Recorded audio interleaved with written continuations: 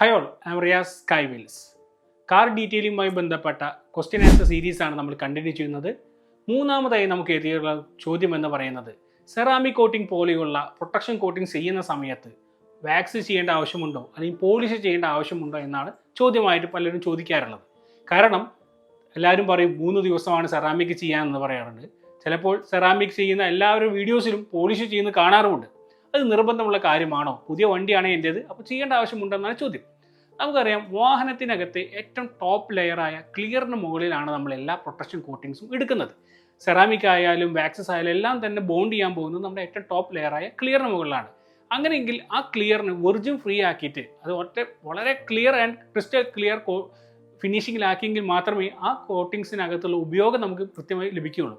കാരണം നമ്മൾ ക്ലിയർ കോട്ടിന് മുകളിൽ ചെയ്യുന്ന ഏത് ആപ്ലിക്കേഷൻസും ഏത് പ്രൊട്ടക്ഷൻ കോട്ടിങ്സും ആ നിലവിലുള്ള വാഹനത്തിൻ്റെ ക്ലിയറിന് മുകളിൽ എല്ലാ കണ്ടാമിനൻസിനും വാഷ് ഔട്ട് ചെയ്തുകൊണ്ട് ഈവൻ ചെറിയ മൈന്യൂട്ട് സ്ക്രാച്ചസ് ഉണ്ടെങ്കിൽ പോലും അതെല്ലാം കറക്റ്റ് ചെയ്തതിന് ശേഷം മാത്രം ചെയ്യുകയാണെങ്കിൽ നിങ്ങളുടെ ആ വാഹനത്തിൻ്റെ ഗ്ലോവും ഷൈനും എല്ലാം തന്നെ കൃത്യമായി നിങ്ങൾക്ക് മെയിൻറ്റെയിൻ ചെയ്യാൻ പറ്റും. അല്ലാത്ത പക്ഷം ഇത്തരത്തിലുള്ള കണ്ടാമിനൻസോ സ്ക്രാച്ചസോ ഉള്ളതിന് മുകളിലാണ് നിങ്ങൾ കോട്ടിങ്സ് ചെയ്യുന്നതെങ്കിൽ അത് ഈ ക്ലിയറിന് മുകളിൽ സ്ഥിരമായി നിൽക്കുക തന്നെ ചെയ്യും. അതുകൊണ്ട് നിങ്ങൾക്ക് ആ വാഹനത്തിൻ്റെ പ്രോപ്പർട്ടീസ്, അതായത് സെറാമിക് കോട്ടിംഗ് ചെയ്താൽ കിട്ടാവുന്ന പ്രോപ്പർട്ടീസ് ഉണ്ടല്ലോ, അതായത് hydrophobic properties, UV protection, chemical resistance, ഇതെല്ലാം നിങ്ങൾക്ക് കിട്ടും. പക്ഷേ നിങ്ങളുടെ വാഹനത്തിൽ നിലവിലുള്ള കണ്ടാമിനൻസോ അല്ലെങ്കിൽ സ്ക്രാച്ചസോ എവിടെയും പോകുന്നില്ല എന്നതാണ് വസ്തുത. അതുകൊണ്ട് നിങ്ങൾ പുതിയ വാഹനം എടുത്തവരാണെങ്കിൽ പോലും നമുക്കൊരു വാഹനം ഷോറൂമിൽ തരുന്ന സമയത്ത് അവർ PD ചെക്കപ്പിൻ്റെ സമയത്തെല്ലാം തന്നെ വാക്സ് ഒക്കെ പോളിഷ് ചെയ്ത് തരിക. ആ സമയത്ത് വളരെ മൈന്യൂട്ടായ സൂൽ മാർക്സ് വരെ സംഭവിക്കാൻ സാധ്യതയുണ്ട്. ചില വാഹനങ്ങളിൽ സ്ക്രാച്ചസ് വരെ ഉണ്ടാവാറുണ്ട്. അപ്പോൾ അത്തരത്തിലുള്ള സ്ക്രാച്ചസും കണ്ടാമിനൻസും എല്ലാം വാഷ് ഔട്ട് ചെയ്യാനും നിങ്ങളുടെ വാഹനത്തിൻ്റെ റീസ്റ്റോറേഷൻ പ്രോപ്പറാക്കി എടുക്കുന്നതിന് വേണ്ടിയാണ് ഇത്രയും ഡ്യൂറേഷൻ പറയുന്നതും. അത് കൃത്യമായി ചെയ്തെങ്കിൽ മാത്രമാണ് നമുക്കത് ഒരു കോട്ടിങ്ങിനോടുള്ള ഉപയോഗം കൃത്യമായി ലഭിക്കുക. കാരണം നമ്മളെല്ലാം ആഗ്രഹിക്കുന്നത് കൃത്യമായി നമ്മുടെ വാഹനം നല്ല ഗ്ലോ ഷൈനും കിട്ടണം, അത് എപ്പോഴും നല്ലൊരു കാണാൻ ഒരു ഗുഡ് ഫീലിംഗിൽ കിട്ടണം. അപ്പോൾ ചെറിയ സ്ക്രാച്ചസ് ഒക്കെ ഉള്ളിലുണ്ടെങ്കിൽ നമുക്ക് പ്രയാസമാണ്.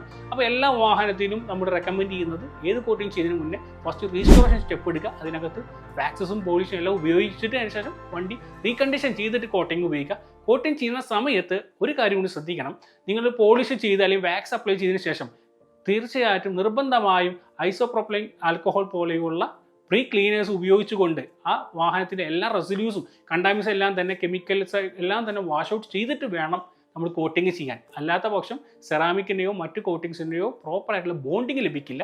അതുകൊണ്ട് കൃത്യമായ സ്റ്റെപ്സ്, കൃത്യമായ ഒരു ടെക്നിക്കൽ സപ്പോർട്ടോട് കൂടി മികച്ചൊരു ഡീറ്റെയിലിംഗ് സെൻറ്റേഴ്സിനെ സമീപിച്ചുകൊണ്ട് നിങ്ങൾ നിങ്ങളുടെ വാഹനത്തിന് കൃത്യമായി പരിപാലിക്കുക.